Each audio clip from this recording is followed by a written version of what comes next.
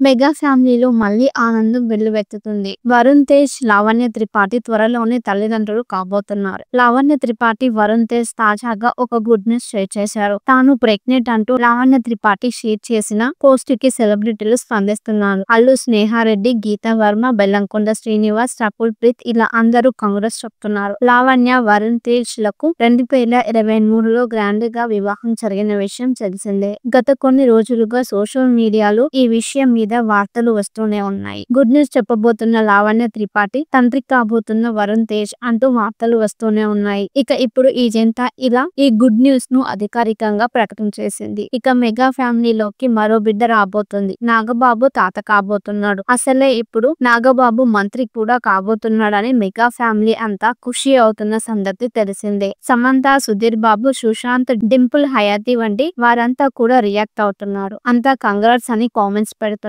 ఇక mega family ఇంట్లో మళ్ళీ కేరింతలు వినిపించే సమయం అతి దగ్గరలో ఉంది. లింకలతో ఆడుకునేందుకు ఓ చిట్టి తమ్ముడో చెల్లో రాబోతుందన్నమాట. వరుణ్ తేజ్ పెళ్లి తర్వాత చేసిన సినిమా వర్కౌట్ కాలేదు.